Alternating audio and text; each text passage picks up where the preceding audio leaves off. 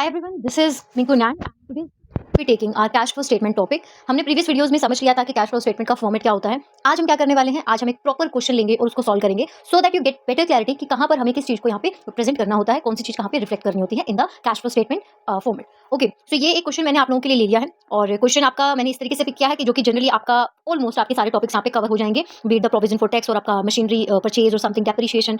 ठीक है, और जनरली इसी टाइप का क्वेश्चन जो है आपको एग्जाम में भी पूछा जाता है। जैसा मैंने पहले कहा था कि सबसे पहले क्योंकि हमारी एक्टिविटीज होती हैं, सबसे पहले आती है आपकी operating activity, then your investing activity and then your financing activity, right. So operating activity के अंदर सबसे पहले आपको आइडेंटिफाई करना है क्या, हमें स्टार्ट करना होता है क्वेश्चन को फ्रॉम द प्रॉफिट। ठीक है, तो सबसे पहले हम अपनी बैलेंस शीट के अंदर नोट्स टू अकाउंट में जाएंगे और हम आइडेंटिफाई करेंगे कि what profit is given to us. So if you look at here, last year का जो प्रॉफिट मुझे गिवन है दिस इज योर 60,000। इस साल का जो गिवन है वो है 80,000। सो इट मींस 20,000 का यहाँ पे मैंने जो प्रॉफिट ऑफ द ईयर है वो अर्न किया है। साथ ही साथ ट्रांसफर फॉर जनरल रिजर्व भी हमें चाहिए होता है। सो सी, लास्ट ईयर का है 4,30,000, इस साल का है 5 लाख, यानी कि यहाँ पर भी 70,000 का इंक्रीमेंट हमें देखना है। तो हमें अब बनाना होगा एक छोटा सा फॉर्मेट जिसको हम बोलेंगे profit before tax and extra ordinary item. तो चलिए स्टार्ट कर लेते हैं। ये हमारा फॉर्मेट होगा और यहाँ हम रखेंगे अमाउंट। ठीक है, तो ये क्या बना रहे हैं हम, सबसे पहले हमें इसका हेडिंग डाल देना है। हेडिंग हमारा क्या रहेगा, profit before tax and extra ordinary item, right. अगर आपको फॉर्मेट अच्छे से याद होगा तो सबसे पहले हमें यहाँ लिखना है प्रॉफिट ऑफ द ईयर,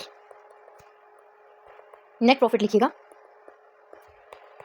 कितना प्रॉफिट गिवन था, हमें हमें अर्निंग किया था as per the like notes to account 20,000 का अमाउंट यहाँ पे गिवन था। देन हमें इसमें कुछ एडजस्टमेंट्स करनी होती है। क्या क्या एडजस्टमेंट करनी है, सबसे पहले आपको करनी होती है यहाँ पे ट्रांसफर टू जनरल रिजर्व। इसके अलावा अगर हमारे पास यहाँ कोई भी इंट्रिम या फिर प्रपोज डिविडेंड अगर होगा तो हमें वो भी एडजस्टमेंट करनी होगी। साथ ही साथ अगर कोई प्रोविजन फॉर टैक्स का अमाउंट है वो भी हमें एडजस्ट करना होगा। और अगर कुछ यहाँ पे रिफंड हुआ है हमें इनकम टैक्स का, रिफंड ऑफ टैक्स हुआ तो वो भी एडजस्टमेंट करना होगा। सो पहले हम देखेंगे कि हमारे इस पर्टिकुलर क्वेश्चन में कौन कौन सी चीजें हमें दी गई है। So let us have a look. General reserve का मैंने भी आपको बता दिया था, 70,000 का अमाउंट यहाँ गिवन है, तो वो हम यहाँ पे एक्जैक्टली लिख सकते हैं। अब आते हैं इंट्रीम और प्रपोज डिविडेंड के ट्रांजैक्शंस को देखें, तो यहाँ मुझे कोई भी एज सच एडजस्टमेंट जो है वो दिखाई नहीं दे रही है। So we are not going to put any amount for this. ठीक है, तो यहाँ मैं डाल देती हूँ आपका डैश। ये मैंने जानबूझ के लिखा था ताकि आप लोगों को फॉर्मेट याद हो सके। ठीक है, देन हमारे पास आता है provision for tax. So provision for tax की अगर हम बात करें बच्चों, अगर हमारे क्वेश्चन में प्रोविजन फॉर टैक्स के लिए कोई भी एडजस्टमेंट नहीं गिवन है तो सिंपली आप लोगों को ये याद रखना है कि जो लास्ट ईयर का प्रोविजन है that we will consider as the current year tax paid actually. ठीक है, लास्ट ईयर का जो प्रीवियस ईयर का जो हमारा प्रोविजन फॉर टैक्स का अमाउंट रहेगा उसको हम कंसीडर करेंगे एक्चुअली टैक्स पेड। क्यों क्या करेंगे ऐसा, क्योंकि देखिए प्रोविजन फॉर टैक्स आप इस तरीके से समझिए, दिस इज अकाउंट जहाँ पे आप पैसा कलेक्ट कर रहे हैं। तो अगर आपने पिछले साल पैसा कलेक्ट किया होगा तो हम ये अज्यूम करते हैं कि इस साल वो पैसा हम यूज करने वाले हैं एक्चुअली टैक्स पेमेंट के लिए। Okay, clear. तो जो प्रेजेंट ईयर का यानी कि करंट ईयर का जो हमारा प्रोविजन फॉर टैक्स रहेगा उसको हम क्या अज्यूम करेंगे कि this is the actually amount जो हमने इस साल प्रॉफिट एंड लॉस अकाउंट से विड्रॉ किया होगा। ठीक है, हम हर साल net profit and loss account बनाते हैं, उसमें से हम बताते हैं कि प्रॉफिट का इतना हिस्सा इस खर्चे के लिए, इसका इतना इतना इस खर्चे के लिए। तो वहीं पर हमने अगर इस साल का प्रोविजन फॉर टैक्स बनाया होगा तो इसी साल का प्रॉफिट यूज किया होगा। ठीक है, तो हमें यहाँ पे if nothing is given as in the adjustment तो हमें यहाँ पे जो है करंट ईयर का प्रॉफिट लेना होता है। बट अगर आपको कोई ना कोई एडजस्टमेंट गिवन होगी then the scenario will change and the amount will change. Look how this will thing happen.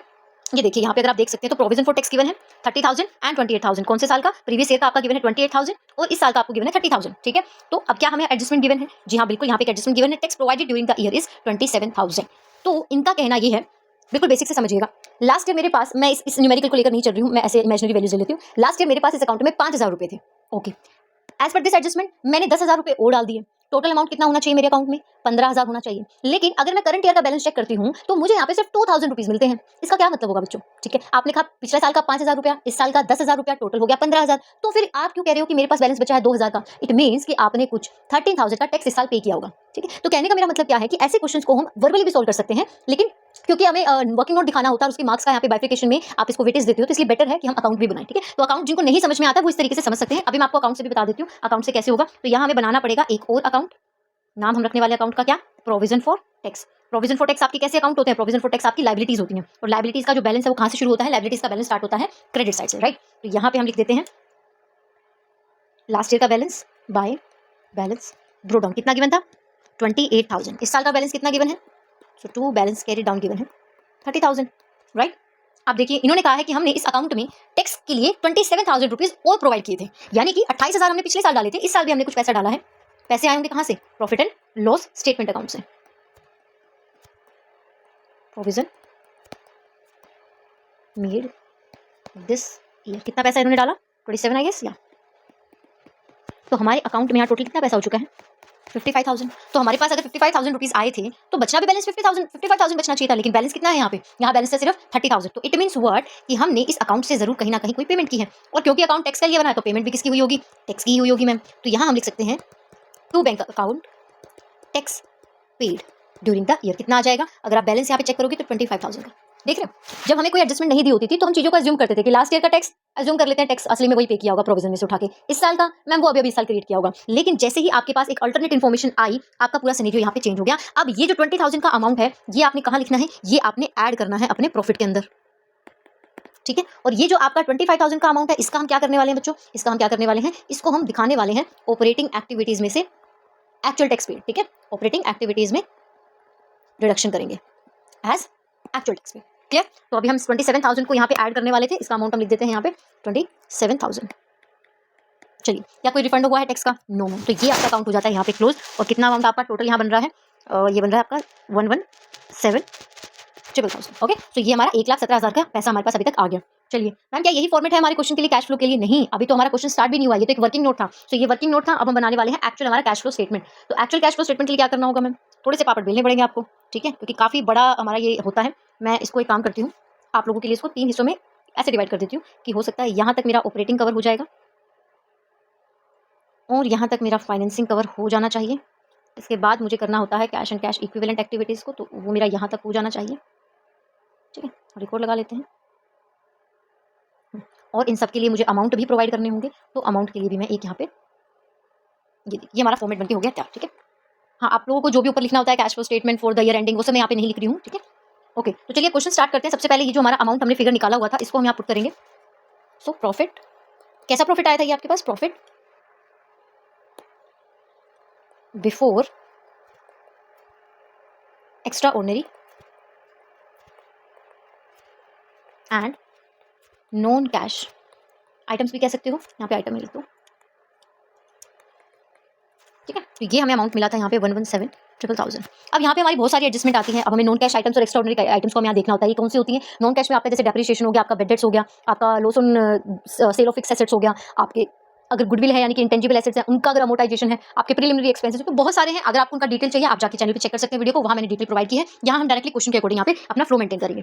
तो एक चीज मुझे जो दिखाई दे रही है वो है आपका यहाँ पे डेप्रिसिएशन, ठीक है। यहाँ देखिए डेप्रिसिएशन उन्होंने बोला हुआ कि डेप्रिसिएशन, तो डेप्रिसिएशन एक नॉन कैश आइटम है तो हम इसको ऐड कर सकते हैं। चलिए हम यहाँ पे इसको ऐड कर देते हैं। डेप्रिसिएशन कितना गिवन है? 1,20,000 गिवन है, ठीक है। इसके अलावा कुछ दिख रहा है? हाँ जी मैम, कुछ यहाँ पे डिबेंचर्स के बारे में बात हो रही है। ओके, डिबेंचर के बारे में इन्होंने बोला है कि जो हमारे नए डिबेंचर इशू किए थे वो तो हमने आज ही इशू करे हैं, 31 मार्च 2022। करंट ईयर हमारी 2022 ही है ना। हाँ, मतलब 1 ही तारीख हुआ है, तो यानी कि तभी इशू किए हैं। तो क्या हमें इन पे जो है डिबेंचर्स पे इंटरेस्ट देना चाहिए? क्या हमें डिबेंचर्स पे इंटरेस्ट देना चाहिए? देखिए एक चीज तो यहाँ पे क्लियर है कि लास्ट ईयर के मेरे 1 लाख के डिबेंचर्स हैं, मैं इंटरेस्ट देने वाली हूँ लास्ट ईयर के लिए, तो इन 1 लाख पे तो पूरा डिबेंचर्स पे इंटरेस्ट जाएगा। बात आती है कि ये जो एक्स्ट्रा 50,000 मैंने इशू किए हैं, क्या मुझे इन पे इंटरेस्ट देना है? तो आपका जवाब होगा यहाँ पे नो। क्यों? क्योंकि अभी आपने आप कहा कि मैंने ये जो डिबेंचर्स है ये इशू कब किए हैं? 31 मार्च 2022 को।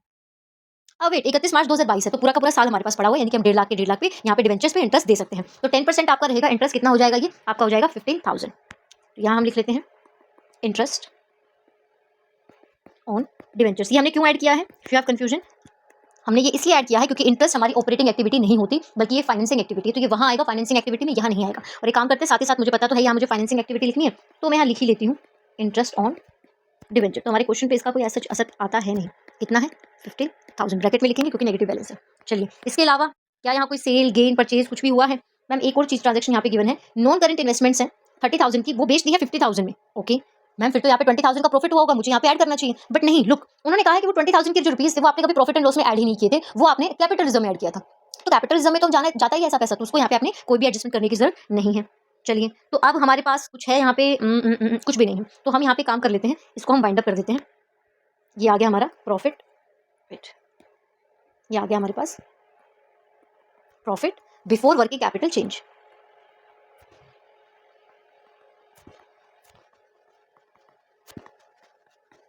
ठीक है, कितना आ गया ये अभी तक हमारे पास? ये आ चुका है। आप इसको ऐड करेंगे तो 7 और 5 12, 4 और 5 और ये 252,000। ठीक है, कैलकुलेशन एक बार चेक कर लीजिएगा, मैं इतना उस पर टेंशन नहीं दे रही हूँ।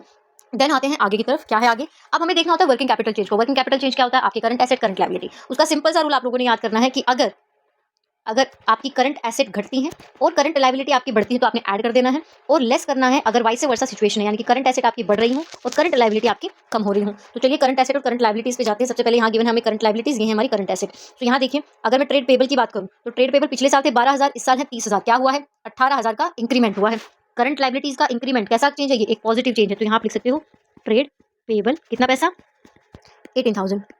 इसके बाद दोबारा ये यहाँ पे ये देखिए, शॉर्ट टर्म प्रोविजन हमारे पास कुछ नहीं, क्योंकि हम प्रोविजन फॉर टैक्स को ऑलरेडी कवर कर चुके हैं इसके अंदर। करंट एसेट की तरफ आइए, लास्ट ईयर इन्वेंट्री थी 4,13,000 की, इस साल इन्वेंट्री है 6,20,000 की। तो यहाँ पे तो इंक्रीमेंट नजर आ रहा है। क्या ये पॉजिटिव है? No ma'am. करंट एसेट का बढ़ना मतलब आपने करंट एसेट खरीदी होंगी, अगर खरीदी है तो पैसा आपके बिजनेस से बाहर गया होगा, इट इज इन आउटफ्लो। तो कितने रुपए का यहाँ पे आउटफ्लो आपको दिख रहा है? This is almost 1,02,07,000, right. तो यहाँ हम लिख देते हैं इन्वेंट्रीज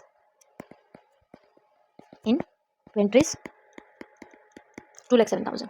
अगेन कोई और आइटम यहाँ बची है? जी मैम, यहाँ पे आए हैं ट्रेड रिसीवेबल। क्या लिखा है? लास्ट ईयर 494 थे, इस साल 3,20,000 है। इसका मतलब कम हुआ है तो पैसा हमारे पास आया होगा। कितना पैसा यहाँ पे आया होगा? इसको एक बार कैलकुलेट कर लेते हैं। 494 एंड 320, ये आपका हो गया 174। तो यहाँ पे ये इंक्रीमेंट है हमारा ट्रेड रिसीवेबल में 194,000, ठीक है। तो ये हमारा नेगेटिव फिगर था, इसको हम ब्रैकेट में रख लेते हैं। अब आपका काम है, मैं इसको कैलकुलेट नहीं कर रही हूँ, ये आपको कमेंट सेक्शन में कमेंट करना है कि यहाँ पे क्या फिगर आपका आएगा। जो भी आएगा, क्या वो हमारा ऑपरेटिंग एक्टिविटी का कैश फ्लो या इनफ्लो रहेगा? नहीं, इसमें से हमें एक चीज और डिडक्ट करनी है, that is your tax paid, ठीक है। यहाँ स्पेस कम पड़ जाएगी हमारे पास। एक काम करते हैं, हम इसको थोड़ा सा ऊपर लिखूँ क्या? हाँ नहीं, हम लिख देते हैं। चलिए, जो भी आएगा अमाउंट यहाँ लिख ही लेते हैं। लेस आपने करना है टैक्स पेड, और आपको पता है कि हमने अभी प्रोविजन फॉर टैक्स का अकाउंट यहाँ बनाया हुआ था, हमें पता है एक्चुअल टैक्स कितना है हमारा, 25,000 हमने पे किया था। तो 25,000 रुपीज़ यहाँ पे हम डिडक्ट कर देंगे। और जैसे ही आप इसको डिडक्ट करोगे बच्चों, यहाँ जो ये आपको फिगर मिलने वाला है, यहाँ पे जो आपको ये फिगर मिलने वाला है, ये क्या होगा? ये होगा आपका cash inflows from operating activities, ठीक है। ये यहाँ पे जो भी आपका अमाउंट रहेगा, इसको हम कंसीडर कर लेते हैं। ये मेरा अमाउंट है ए। अब ऑपरेटिंग एक्टिविटी हम लोगों ने कर लिया, अब आ जाते हैं हमारी इन्वेस्टिंग एक्टिविटी में। मैम, इन्वेस्टिंग एक्टिविटी में क्या देखना होता है? इन्वेस्टमेंट की साइड, यानी कि नॉन करंट एसेट्स को आपने देखना होता है। नॉन करंट एसेट आपकी कहाँ है? मैम, ये रही मेरी नॉन करंट एसेट्स, ठीक है। ठीक है, ये नॉन करंट एसेट है। क्या अमाउंट गिवन है यहाँ पे? मैम, अमाउंट देखिए, यहाँ पे एक तो नॉन करंट इन्वेस्टमेंट का अकाउंट बनाना पड़ेगा, और एक मुझे कोई ना कोई प्रॉपर्टी प्लांट का अकाउंट भी बनेगा, और उसके रिगार्डिंग जो डेप्रिसिएशन का एडजस्टमेंट था वो भी हमें करना पड़ेगा। तो सबसे पहले हम क्या करेंगे, यहाँ पे हम अकाउंट का ही फॉर्मेट बना लेते हैं।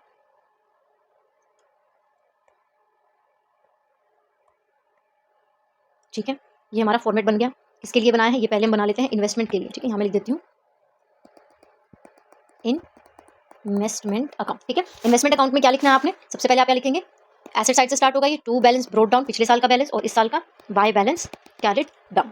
सो बैलेंस आपको गिवन है, लास्ट ईयर का बैलेंस यहाँ पे है 90 एंड 50,000, ओके। लास्ट ईयर का अमाउंट है यहाँ पे 50,000 और इस साल का अमाउंट गिवन है हमको 90,000। साथ ही साथ इनमें एडजस्टमेंट में कहा गया था, एडजस्टमेंट में क्या कहा गया था कि हमने 30,000 की जो इन्वेस्टमेंट्स है वो बेच दी है 50,000 के अंदर। यहाँ ये इसकी बात कर रही हूँ, यहाँ लिखा हुआ था, ठीक है, कि non current investment posting 30,000 were sold for ₹50,000 during the year. तो बैंक में हमारे पास पैसे आए थे यहाँ पे बाय बैंक, कितना पैसा आया था? 50,000। प्रॉफिट हुआ था 20,000 का, वो कहाँ ट्रांसफर किया गया था? मैम, वो ट्रांसफर किया गया था कैपिटल रिजर्व में, 20,000 रुपये। अब अगर आप दोनों साइड का बैलेंस यहाँ पे करोगे तो आपको कुछ ना कुछ गैप नजर आ रहा है बच्चों। वो गैप हम क्या कंसिडर करेंगे? वो गैप हम कंसिडर करेंगे इन्वेस्टमेंट परचेज, इन्वेस्टमेंट परचेज्ड, ठीक है। तो इन्वेस्टिंग एक्टिविटी से तो हमें पता चल गया कि दो चीजें यहाँ पे हुई हैं। एक हमारी इन्वेस्टिंग एक्टिविटी के लिए यहाँ पे हुआ है क्या? सेल ऑफ इन्वेस्टमेंट, जिससे हमें कितना पैसा आया? यहाँ पे 50,000 का पैसा आया। साथ ही साथ परचेज ऑफ न्यू इन्वेस्टमेंट कितने की आई है? ये भी ये आई है आपकी 70,000, राइट। अब आ जाते हैं हमारे प्लांट एंड मशीनरी अकाउंट पे। तो जल्दी से हम प्लांट एंड मशीनरी के लिए भी यहाँ पे फॉर्मेट बना लेते हैं।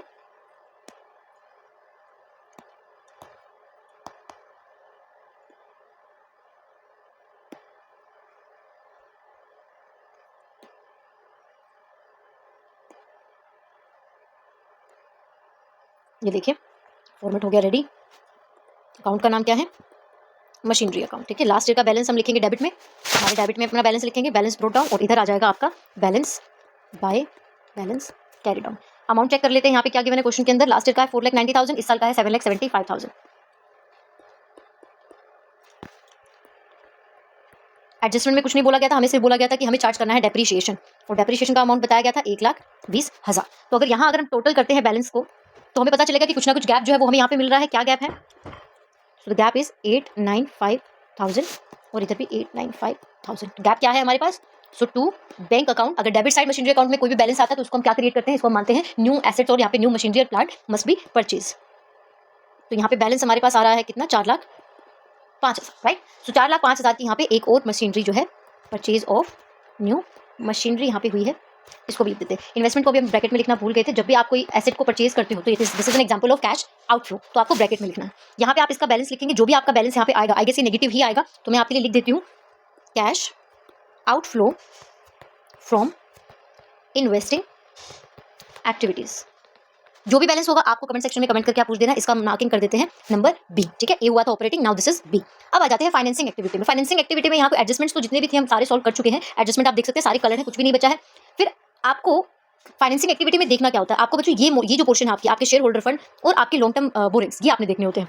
इसमें से भी रिजर्व एंड सरप्लस आपको नहीं देखना है, क्योंकि वो प्रॉफिट एंड लॉस के अंदर हमने ऑलरेडी कंसीडर कर लिया था। तो शेयर कैपिटल में देखिए, शेयर कैपिटल में लास्ट ईयर 8 लाख का बैलेंस है, इस साल है 10 लाख, तो 2 लाख रुपए आपने और यहाँ पे शेयर इशू किए हैं।